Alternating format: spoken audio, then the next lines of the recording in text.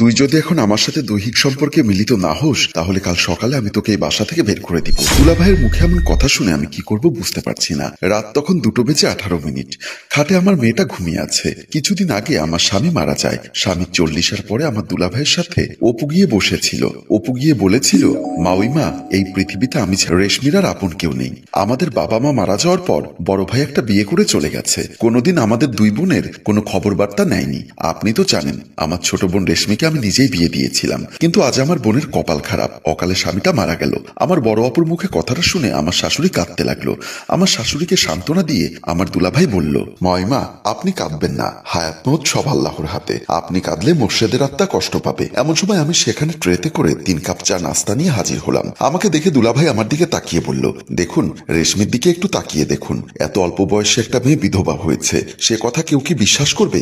এখনো চেহারা দেখলে মনে হয় পুতুল খেলার বয়স পার হয়নি, অথচ ভাগ্যের নির্মম পরিহাসে স্বামীকে হারালো। দুলাভাইয়ের মুখে এমন কথা শুনে আমিও চোখের জল ধরে রাখতে পারলাম না। আঁচল দিয়ে মুখ ঢেকে নিলাম। সাথে সাথে আমার আপু দুলাভাইকে ধমক দিয়ে বলল, তোমাকে না একবার নিষেধ করেছি ওর সামনে এসব কথা বলবে না? তারপর আপু আমার দিকে তাকিয়ে বলল, রেশমি, তাড়াতাড়ি তুই আর তোর মেয়ে রেডি হয়ে যা, আমাদের সন্ধ্যার আগে বাড়ি ফিরতে হবে। আপুর মুখে এমন কথা শুনে আমার শাশুড়ি বলল, আমার ছেলে মোর্শেদ মারা গেছে, কিন্তু আমি তো এখনো বেঁচে আছি।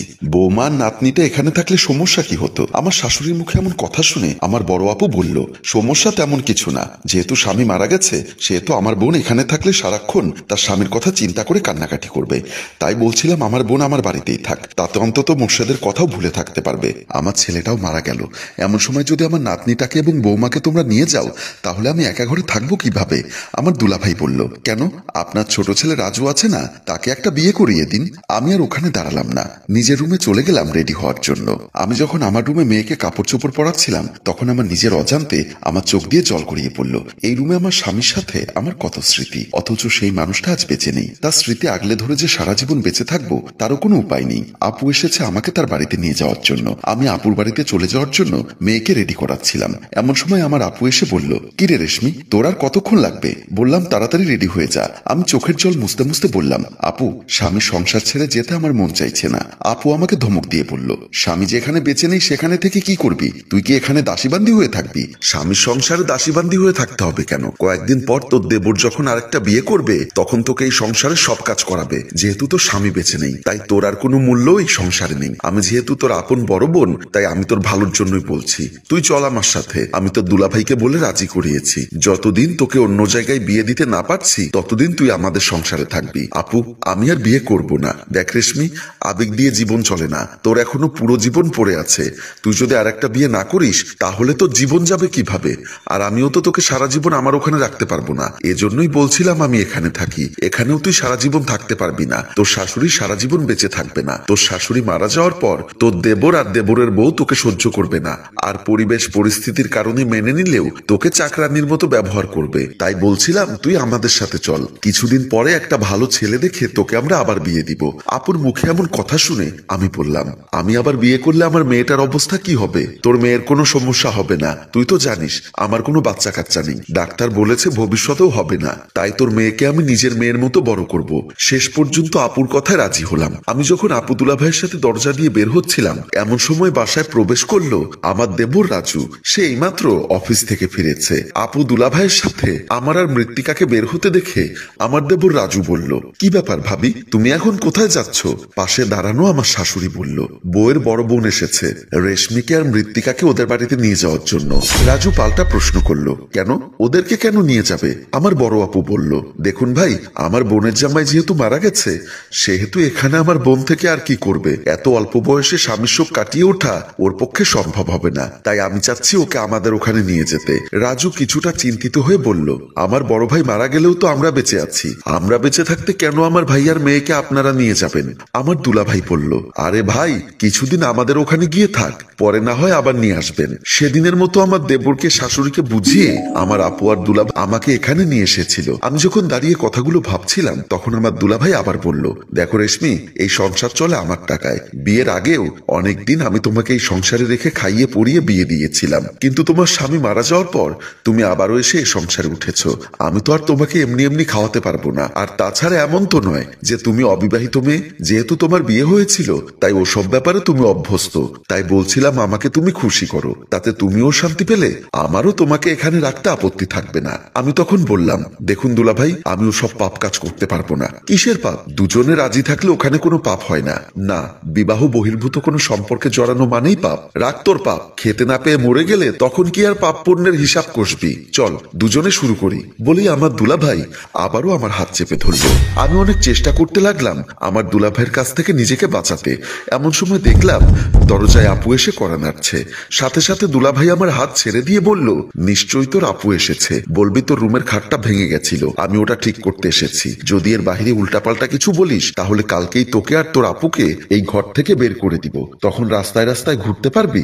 বলেই দুলাভাই দরজাটা খুলে রুম থেকে বের হয়ে গেল। দুলাভাই দরজা খুলে রুম থেকে বের হতেই আপু বলল, কি ব্যাপার, এত রাতে তুমি রেশমির রুমে? দুলাভাই থতমত খেয়ে বলল, আমি ঘুম থেকে উঠে বাথরুমে যাচ্ছিলাম, এমন সময় রেশমি আমাকে ডাক দিয়ে বলল ওর খাটটা নাকি ভেঙে গেছে, তাই ওর খাটটা ঠিক করার জন্য রুমে এসেছিলাম। আপু সহজ সরল মানুষ, তাই হয়তো বা অতটা সন্দেহ করলো না, তবুও প্রশ্ন করলো, খাট ঠিক করবে ঠিক আছে, তবে দরজা বন্ধ করেছিলে কেন?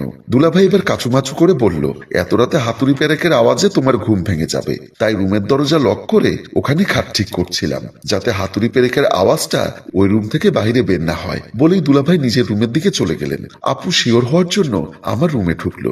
আমি তখন মেয়ের পাশে শুয়েছিলাম। আপুকে রুমে আসতে দেখে আমি শোয়া থেকে উঠে বসলাম। আপু বলল, খাট কোন দিকে ভেঙেছিল?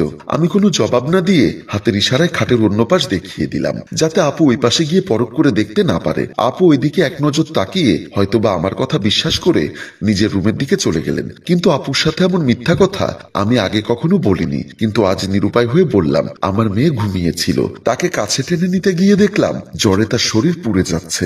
আজ হঠাৎ করে মেয়েটার সর্দি কাশি শুরু হয়েছে, হাতে একটা টাকাও নেই। মেয়েটাকে যে ডাক্তারের কাছে নিয়ে যাব সেই অবস্থাও আমার নেই। স্বামীটা মারা গিয়ে আমার সব শেষ হয়ে গেল। পরদিন সকালবেলা নাস্তার টেবিলে আমি আপু এবং দুলাভাইয়ের জন্য নাস্তা রেডি করছিলাম। ডাইনিং টেবিলে তখন আমার মেয়েটা বসে চিপস খাচ্ছিল। মেয়েটা এমনই, জ্বর উঠলে সব উল্টাপাল্টা খাবার খেতে চায়, তাই সকালবেলা চিপস খাবার বায়না ধরেছিল। একটু আগে দোকান থেকে একটা চিপস এনে দিয়েছি। এমন সময় আমার দুলাভাই অফিসের ড্রেস পরে আপুকে সাথে নিয়ে ডাইনিং টেবিলে এসে বসলো।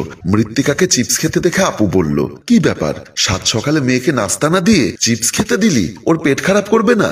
গত রাতে ওর প্রচুর জ্বর উঠেছে, আর ও জ্বর উঠলেও উল্টাপাল্টা খাবার খেতে চায়। সকাল থেকে খুব কান্না করছিল, তাই ওকে একটা চিপস এনে দিয়েছি। আমার কথা শুনে আপু মৃত্তিকার কপালে হাত রাখলো। হাত রেখে তিনি চমকে উঠলো, হায় হায়, জ্বরে তোর গা পুড়ে যাচ্ছে, ওকে তো ডাক্তারের কাছে নিয়ে যাওয়া দরকার। মুন্না, কিছু টাকা দাও তো, মৃত্তিকাকে ডাক্তারের কাছে নিয়ে যাই। মুন্না এক নজর আমার দিকে তাকিয়ে কিছুটা রুডো কণ্ঠে বলল, মাসের মাঝখানে টাকা পাবো কই, আমার কাছে এখন টাকা নেই। আমি বুঝতে পারলাম গতকাল রাতে তার কথায় রাজি হয়নি বলে আজ উনি আমার মেয়ের চিকিৎসার জন্য টাকা দিতে চাচ্ছে না। আপু বলল, তোমার হাতে টাকা নেই বলে কি মেয়েটার চিকিৎসা না করিয়ে মেরে ফেলবো নাকি? টাকা না থাকলে আমি কি চুরি করে আনবো নাকি? দুলাভাইয়ের মুখে এমন কথা শুনে আপু বলল, তোমাকে তো চুরি করে আনতে বলিনি, বলেছি যদি কারো কাছ থেকে কিছু টাকা ধার দেনা করে দিতে পারতে তাহলে মেয়েটাকে চিকিৎসা করাতে পারতাম। আমি তখন আপুকে থামিয়ে দিয়ে বললাম, আপু থাক, টাকা দিতে হবে না, ও এমনিতেই সুস্থ হয়ে যাবে।